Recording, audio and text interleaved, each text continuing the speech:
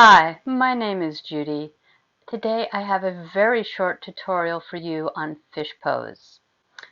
And for this practice, you can do it without props altogether. I will show that.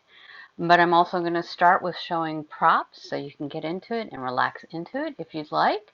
And if you're using props, I suggest 2 blocks. Cork are really great for any pose where you need support. They are heavy and they are stable. Foam blocks are really good for holding onto, for sitting onto. They're not so great for support. I actually suggest that you have one of each, but if you can only go for one, I would say go for cork blocks. Okay, so you're going to have one block facing the short end of your mat.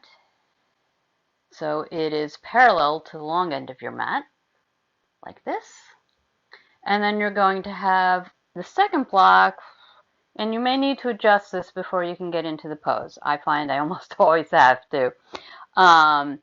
Roughly halfway down your mat, going perpendicular, or rather parallel to the short end of the mat. So you're kind of making a T, just a very spaced out T. This is the second block. And you're going to need a bolster or several blankets if you don't have a bolster. I do have a bolster.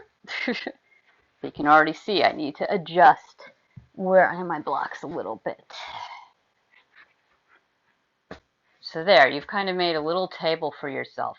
You can have both blocks also parallel to the short end of your mat, like that. It's a slightly different pose, but you can do that. You can have one block up so that you're slightly slanted. I don't really suggest that for fish pose, but play around with it. That's the idea of a tutorial. See what works for you. Okay, so the bolster or the blankets go on top of your blocks. Move this over a little bit. And you are going to have your back facing towards your block, and your feet are going to be straight out in front of you. They can be relaxed. And you don't want to be sitting right up against your bolster. You see I have a little space here, right? And then you're just going to lay back. That's it. And hopefully everything doesn't fall down like mine seems to be moving right now. Indeed it is. Okay. There we go. Oh, yes.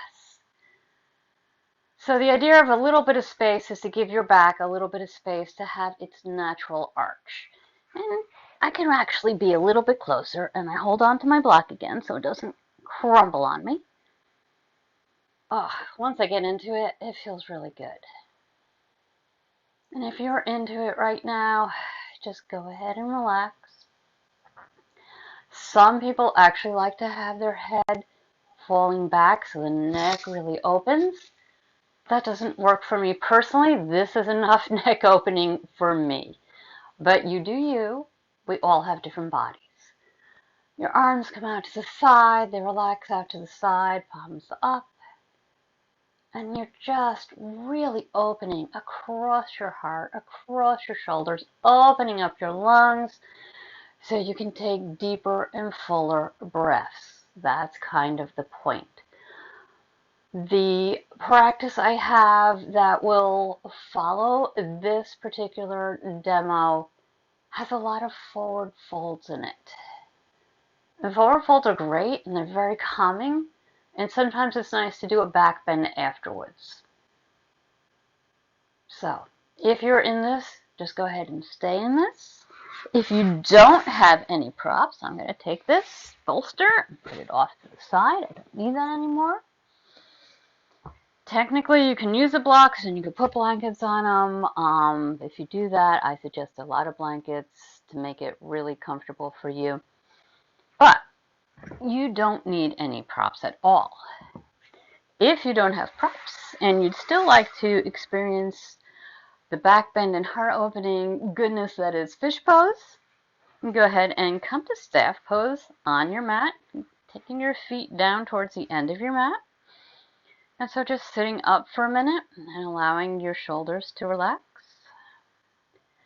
And then begin to walk yourself back until you're coming back onto your elbows. Feet can point if you'd like, and in this way, I actually do find it not too bad to have my neck like this. If this feels like too much on your neck, you can take a block, or maybe you need 2 blocks. You can put it under to support your neck. Now, in this pose, without any props, you are still getting a back bend, a mild back bend. You are still opening through your heart and through your lungs, but not quite as much. So if you can use props, I highly suggest that you do. This is a nice pose to counteract forward folds. And we're just going to stay here for another minute, maybe closing your eyes.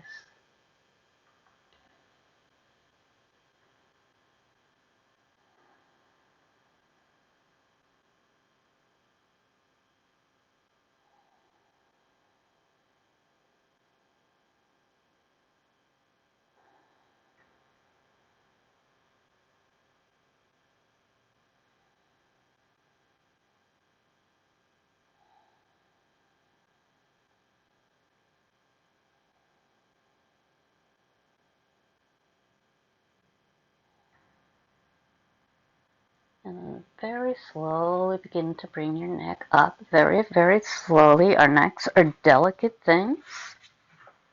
You can feel free to stay in fish pose for longer. If you try both variations, both fish pose, supported fish pose, using the blocks and the bolster, and just doing on your mat, notice the differences from one pose to the other. Neither is better than the other. I personally do prefer supported fish pose, especially for yin or restorative, where we're holding poses for longer amounts of time, because it's just more relaxing. It's very difficult to really relax your muscles in fish pose without some kind of support. And that's the whole point of yin yoga. We aren't trying to strengthen our muscles. We're not contracting them. They don't need to be warmed up. We're trying to get into our connective tissue. And in order to do that, we really need our muscles to relax as much as possible.